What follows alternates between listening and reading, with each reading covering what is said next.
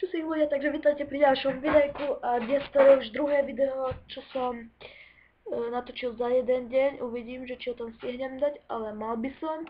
A dnes je to tutoriál, jak sa vyznať a jak sa zaregistrovať na ask.fm. Tak prvé, čo prídete, si dáte do vyhľadávača sem, dáte ask.fm. Vyjde vám táto tabulka, táto stránka, čo je ask.fm. No, dáte vytvoriť účet. Sem si dáte užívateľské meno, na ktoré vás budú hľadať, myslím. Dáme si, čo ja viem, Hedunčo. Ja už som zaregistrovaný, ale nevadí. Musí vám tam dať fajku, ak vám nedá fajku, musíte si zmeniť. Inak vám to nepôjde. Celé meno si môžete dať, alebo môžete si, nie, celé meno, čo je, Dunčo 102, heslo, to už je na vás, ja si dám,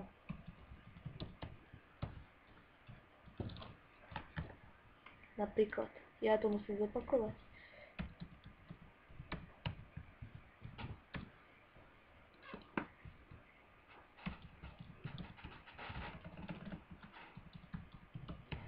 Tak, e-mail si dáte vás, ja si to tu nebudem dávať, deň, keď ste sa narodili, 28.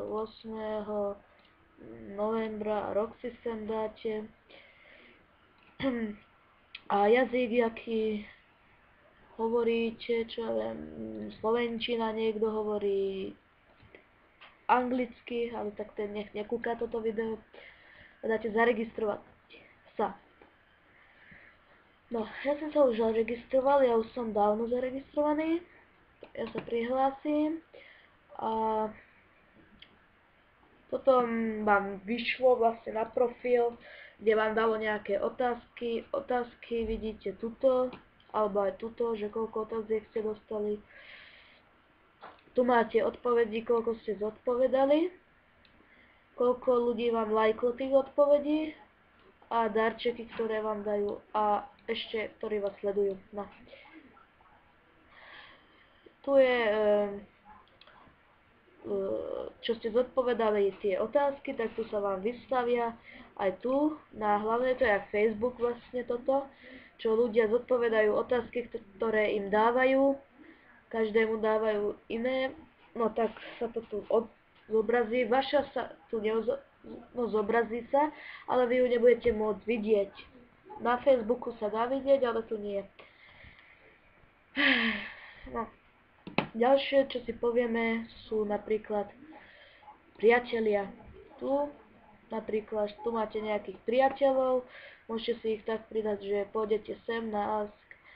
Tu máte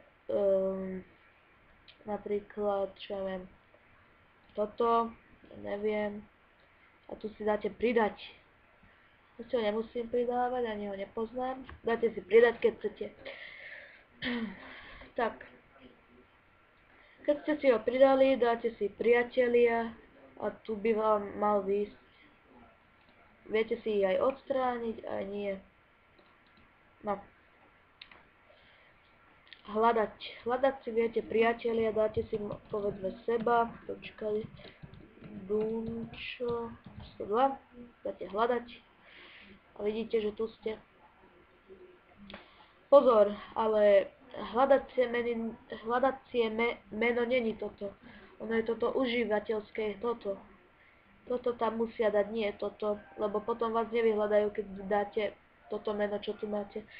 To sa nedá prenastaviť. Keď idete do nastavenia, tu máte to meno, ktoré sa nedá vyhľadať. Tu máte mesto, kde bývate, to si viete prenastaviť.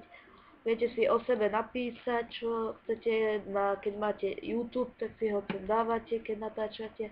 Web, ak máte web, tak si ho tam môžete dať. Nadpis stránky, to vám hneď ukážem. No, tu je to užívateľské meno, na to, ktoré vás budú hľadať. Takže keď si ho zabudnete, čo sa nedá, dáte nastavenia a tu ho máte. E-mail je potrebný, lebo tam na e-mail vám môžu chodiť veci, vaše odpovede, tu si dáte, kedy ste sa narodili, toto není môj pravé, ale nevadí. Súkromia, tu si viete povoliť anonymne otázky, to znamená, že či vám budú vedieť dávať anonymne, to je, že sa tam nepodpíšu a nebudete vedieť, kto to je. Nepovoliť, to budete vedieť, keď vám dajú otázku, budete vedieť. A toto si už len zaškrtite, to nechápem. Dizajn si viete zmeniť, dizajn je vlastne toto. Máte tu na výber, ale môžete si niečo stiahnuť, dáte vybrať súbor a odtiaľ to si vyberete niečo. Služby, viete sa prepojiť cez Facebook, Twitter, aj toto nepoznám, tam nechodím. Toto zvonkoncom nie. No, a ešte, aby som sa vrátil profilu, je toto. Sem vidíte, čo tu mám napísané, pôjdete na profil, nadpis stránky, tu je. Ja som tu mal pred chvíľkou iné, len som si to náhodou vymazal, ale čo už. No, takže to by bolo na dnes všetko. Stihol som 2 videá, no dobre. Už vás, že nic tomu neviem povedať.